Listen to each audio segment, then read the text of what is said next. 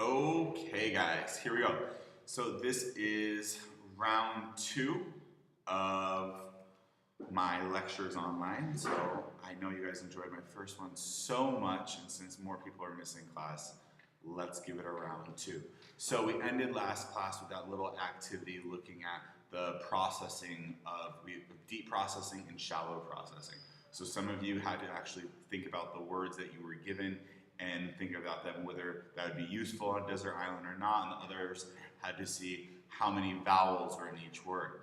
So as you can guess, deep processing would be to evaluate the word as a whole and whether that would be useful on a desert island, while the vowels was shallow processing. Theoretically, the deep processing should have been more beneficial than the shallow processing, but like always, it seems like our in-class experiments don't really work out so well due to numerous, maybe confounding variables in the situation. So, moving on. Improving storage. So what is improving storage? How do we improve our memory capabilities? So the first thing we got to take a look at here is decay theory. Why do we forget? Everyone forgets. So according to decay theory, I'm going to use my cool little pen here, and we can see that our memory drops off very quickly, but then it kind of comes back, goes up, and then it kind of just evens off, and it goes down very gradually after a period of time. So basically, we forget quickly, but what we forget will level off, and what we will remember, what we do remember after a period of time, we will continue to remember for a long period of time. We will not necessarily forget everything. There's a portion of what we will remember and what we won't remember. There's a lot of research that looks into decay theory, which we will do some in-class stuff on very soon. So decay theory basically looks at this graph is the best thing to actually really look at to understand decay theory. Remember, the visual image is the best way to actually connect it to the word. Okay, moving on here. The spacing effect. So distributing rehearsal. So spacing effect is better than practicing all at once. You can memorize a poem a lot easier if you break it down into 5 parts over 5 days instead of all at one time. I know if you guys have ever tried to remember a speech before, or if you are an actor or an actress, it is a lot easier to break it up into parts than to do it over a period of time. The same thing goes for studying for a test. If you try and cram the whole thing in at one time, it's probably not going to be as effective if you do it over a week. So start studying for your final now. Space it over a period of time and break up the study, break up the units into each night rather than just doing it all at one time. See how this goes and see if it's more effective, okay? Maintaining long-term memory. We have rote rehearsal, so this is like continually saying something over and over again in your mind. Repetition can result in long-term memory, but it's not as effective. Only effective if it is intent to learn material. So it just is not quite as quick to learn. So, for example, this is actually surprisingly difficult to do. Let me actually get this line out here. We don't need this anymore. Okay, so what does a penny actually look like? You have seen pennies, or some of you maybe, a million times. Which one is actually the correct one? Which is the correct penny? So, even though you have seen these, you may not know this because you've never tried to actually learn this, but this right here is what a penny actually looks like. You have the date right here, liberty, and in God we trust. So, that is an example of rote rehearsal right there. I'm going to erase my little writing and we are going to move on.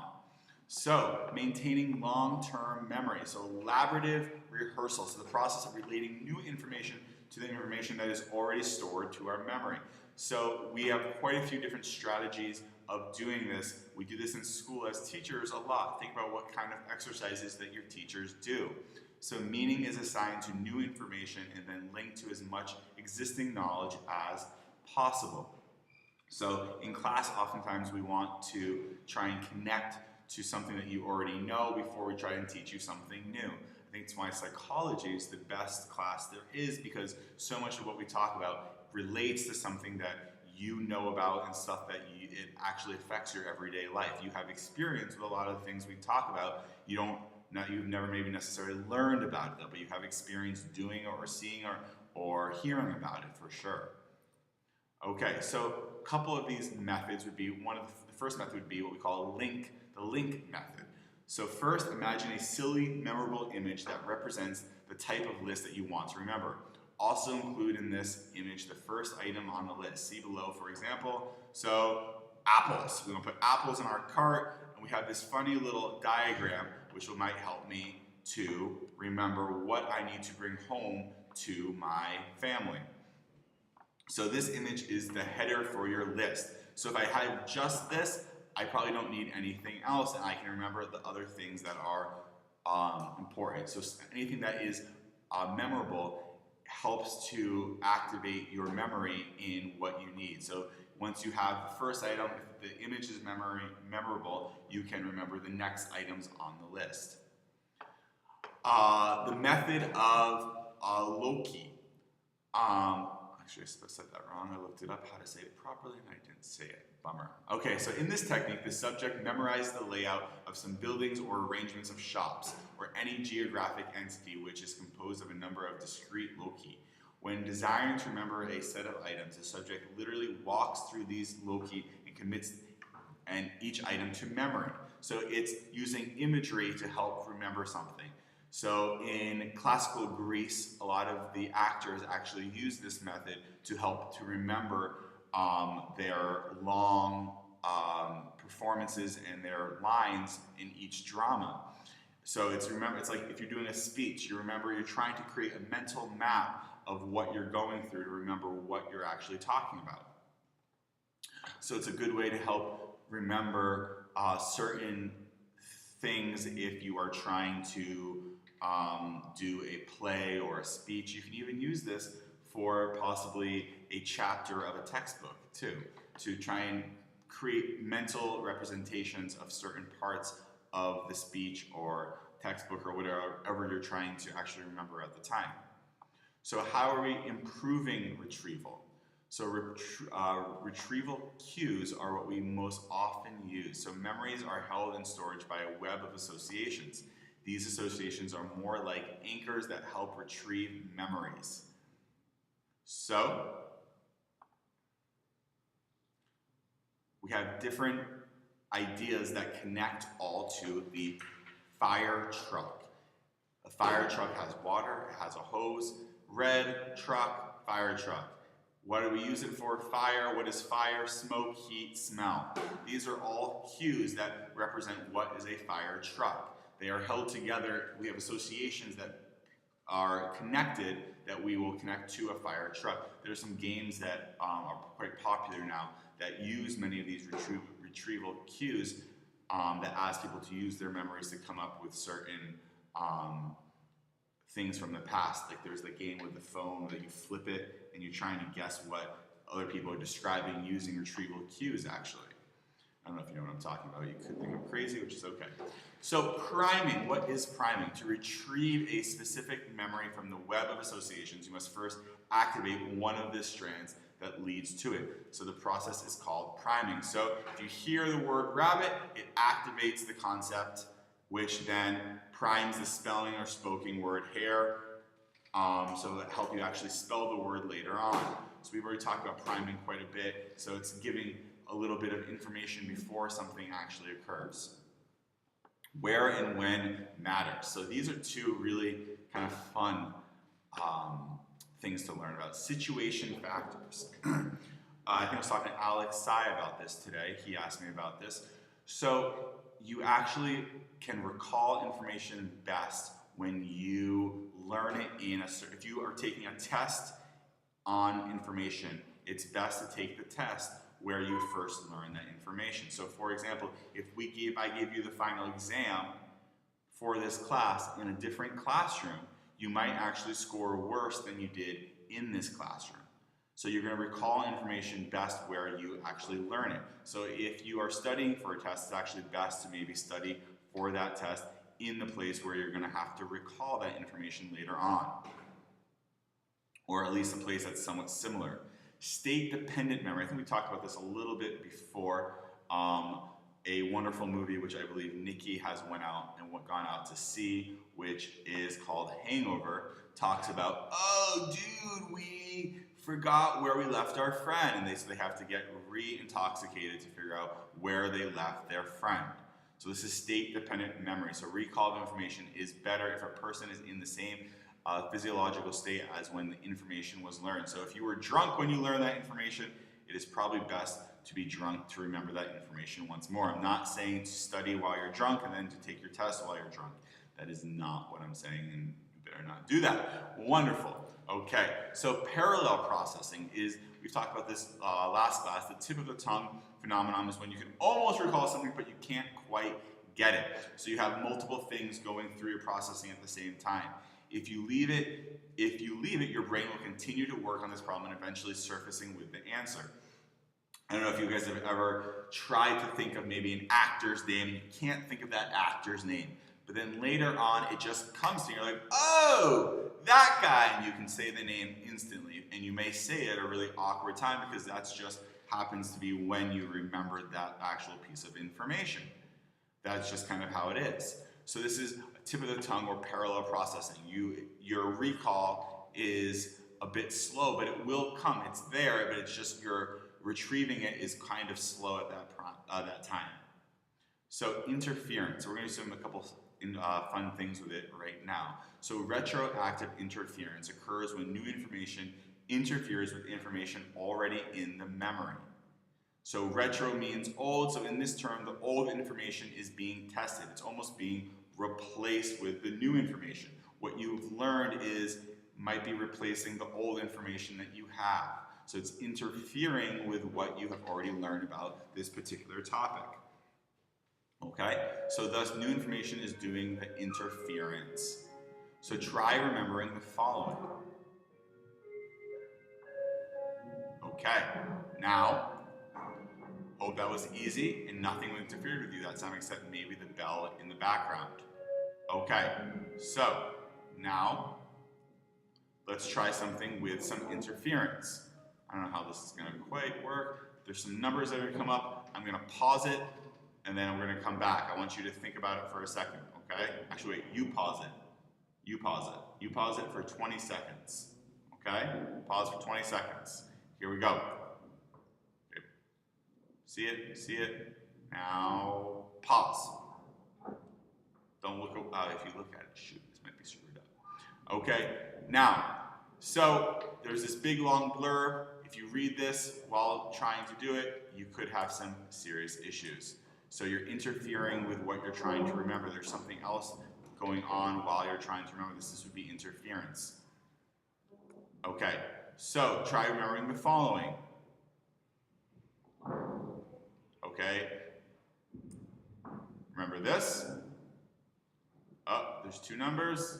Okay, now pause it and write these numbers down without looking at the screen. Write the first number down, not the second number. Okay, I don't know how well this went for you.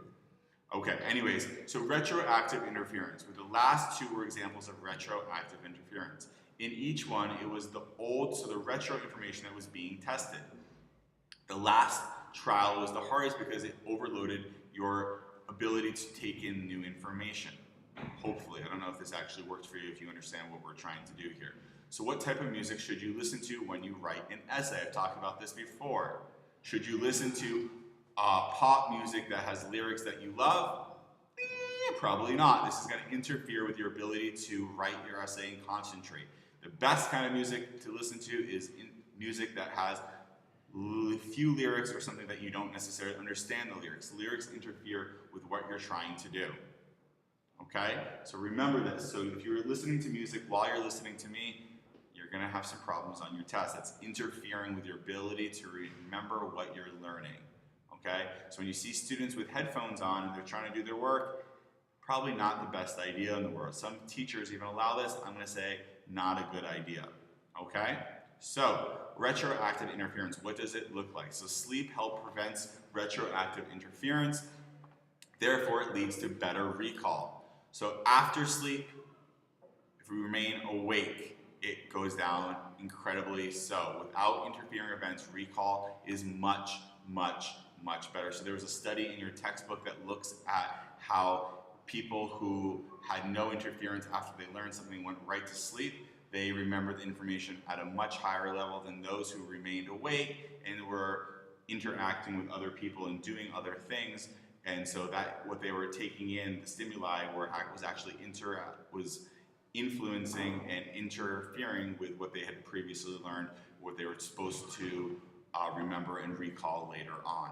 So it is best to, so this is, I guess, the best visual representation you're going to have of how interference can actually influence your recall. So maybe the best thing to do if you have a test is to study and go to sleep right after you study, and hopefully you can just take the test in the morning.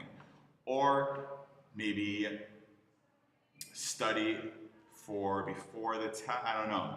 Think of how to not have interference. Take back-to-back tests may be really, really hard for your final exams because you're gonna have incredible interference for the second exam. Your first exam you might be perfectly fine on.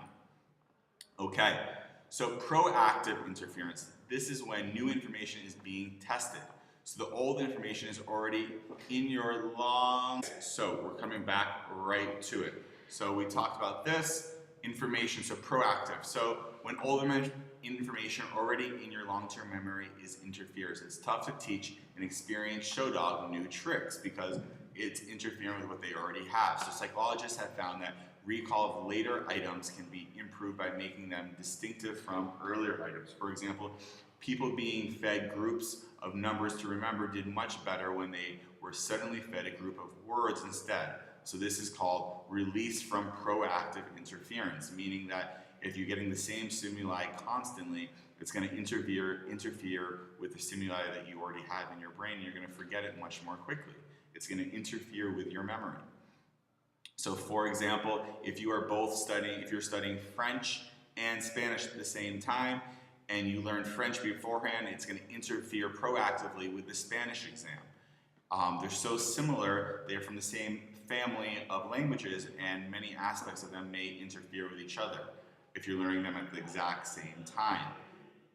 You're going to kind of get them confused. You're going to forget maybe what is what, especially if the class periods are back to back or something. Okay, so we need a volunteer. Actually, you're all going to do this. You're going to read the words and just say the colors that are printed in and as fast as you can. So we're going to do the Stroop effect. We've done this already, but it's also another example of interference. So red, yellow, green, blue, red, blue, yellow, green, blue. Okay, so interference is when you look at the words and you see both its color and the meaning. So when they are in conflict, you must make a choice. So you have interference in trying to make out what the word is, and it's actually going to make you say it slower because your brain has to process two different stimuli at the same time. So experience has taught you that the word meaning is more important than the color, so you can retrieve that information. You are not always in complete control of what you pay attention to, though, so sometimes it can be harder to do this. So the very last slide here, guys, is schemata. Schemata is a set of beliefs or expectations about something based on past experiences. We've talked about this already, how you have schema about different things that you have experienced, and that helps you to remember things sometimes more easily or more difficult. So reconstruction, so memories can be altered with each retrieval. So every time you retrieve information, it's going to be changed a little bit. Okay? I guess we actually did this a repeat slide. Anyways, I hope this was helpful to you guys. And we will have a test on some of these terms on Monday. It'll be a quick quiz with some short answer questions for you. Lovely. Have a wonderful weekend, guys. See you later.